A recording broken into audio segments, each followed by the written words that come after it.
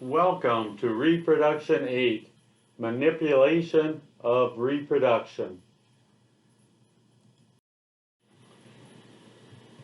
Induce parturition. So in this case we've got individuals that are pregnant, they're well into gestation, they should be having their offspring soon. We might want to just hurry it up just a little bit. So in sows, or gilts, pregnant gilts, we can inject prostaglandin within 3 days of the due date. So gestation length in swine is 114 days on average. So day 111, we can give them an injection and the sow should farrow 26 hours later.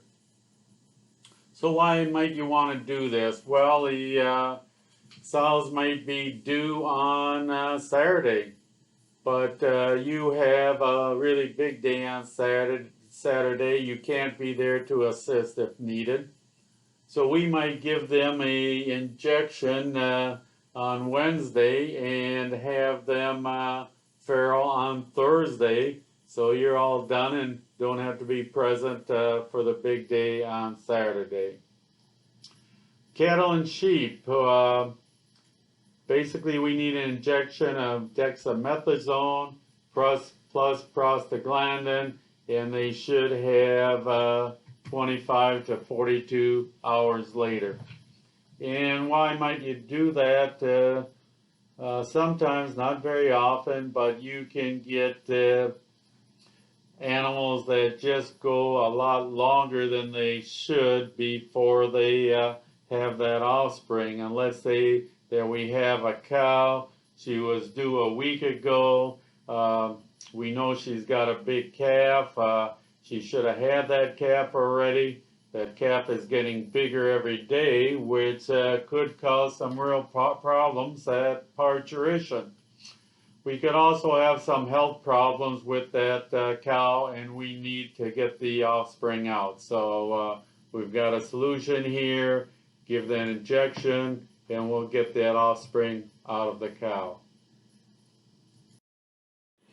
We can treat anestrus. Now, what is anestrus? Anestrus means that basically the individual should be cycling. We should have an estrus cycle where the animal's coming into estrus every 20 or 21 days. And we'll have the veterinarian palpate the cow, and we'll find that both ovaries are completely inactive. So for some reason the hypothalamus just has not released GnRH naturally. So we can give a small injection of GnRH. This will cause the anterior pituitary gland to release FSH, LH naturally, and we can get the cycle going and hopefully get that animal to conceive. We can treat follicular cysts. Now, what is a follicular cyst? We have a mature follicle, sometimes even larger than you normally expect, and for some reason this mature follicle has not ovulated. So with a mature follicle that has not ovulated, generally we're going to get high estrogen levels produced day after day. So we're going to have a cow here that's going to be showing signs of estrus on and off, maybe for days at a time. But we're not getting ovulation from that mature follicle. So solution is easy here. We'll give an injection of GnRH. It's going to cause natural release of LH, which will cause ovulation. That will probably not be a fertile ovulation. We're going to wait another 3 weeks before we breed that cow. We can treat luteal cyst. A luteal cyst is a CL, or corpus luteum, that for some reason has not regressed. So we've got this cow with an active CL, and she's just not cycling every 3 weeks.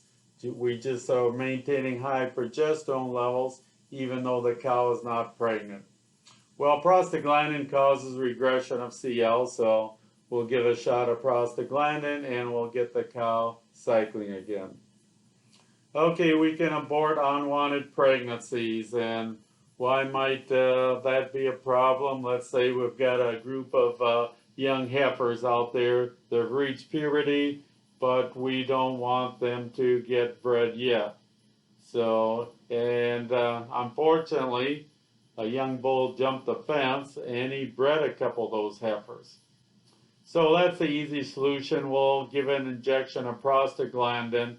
It'll cause the CL to regress, progesterone levels go down, and that embryo is not going to take hold in the reproductive tract. We've aborted that early pregnancy. This is most effective if given early in the pregnancy, so you want to do it in the first trimester. And it's usually not effective if the animal is over halfway through gestation. And the reason being is that after the pregnancy is well developed, the placenta itself can produce progesterone that's going to keep the pregnancy going, even in the absence of a CL on the ovary. You may have low libido in boars, and as far as a male not wanting to perform, this tends to be more of a problem with pigs than it does our other species. So we got A and B here. A testosterone injection may help, and inexperienced boars get started. So we've got this young boar, doesn't really know what it's about, not showing too much interest in the females. Give them an injection of testosterone. They get interested, and once they get interest, hopefully this interest will continue in the coming weeks. Sometimes older boars will get lazy and don't want to mount the dummy. So we'll routinely give them an injection of prostaglandin every few weeks. It gets older, lazy boars to mount the dummy for collection. Exactly how prostaglandin works in this process, we're not sure. We get what we call short cycle cows or mares.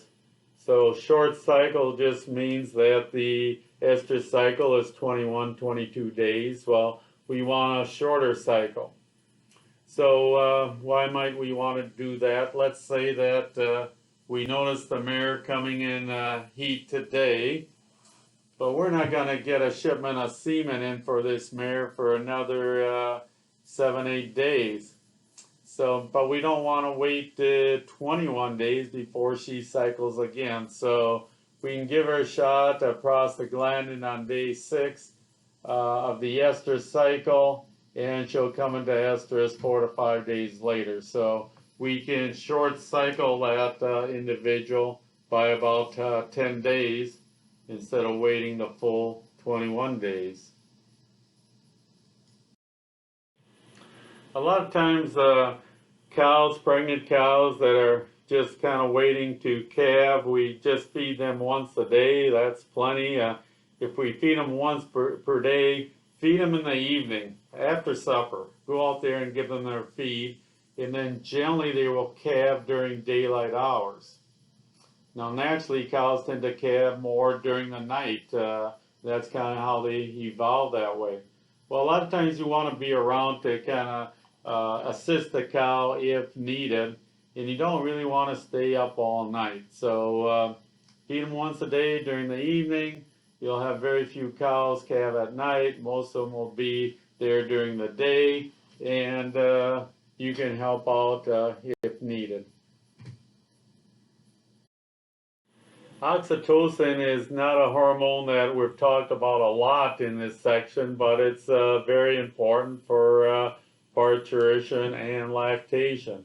It's a hormone produced by the posterior pituitary under the direction of the hypothalamus.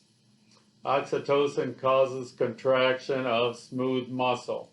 Now the uterus is smooth muscle, and the myoepithelial cells surrounding the alveoli in the milk gland is also smooth muscle. So it's necessary for contraction of the uterus during parturition. And where might we use this? Most often in litter-bearing species. So we have this sow here. She's been in labor for quite a while. She's had 4 or 5 pigs.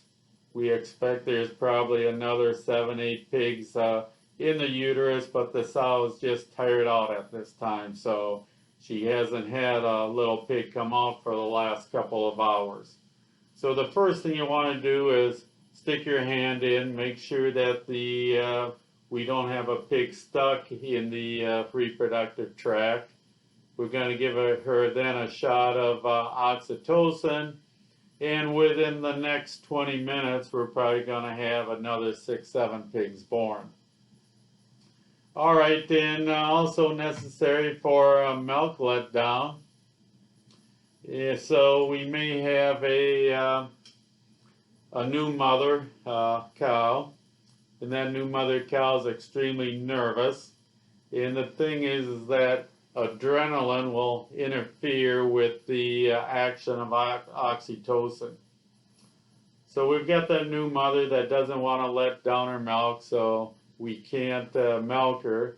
We can give her a shot of oxytocin, and within a minute she's going to let down her milk, and we can milk the animal. Oxytocin for most animals also tends to have a calming effect, so it kind of calms that cow down while we're milking her as well.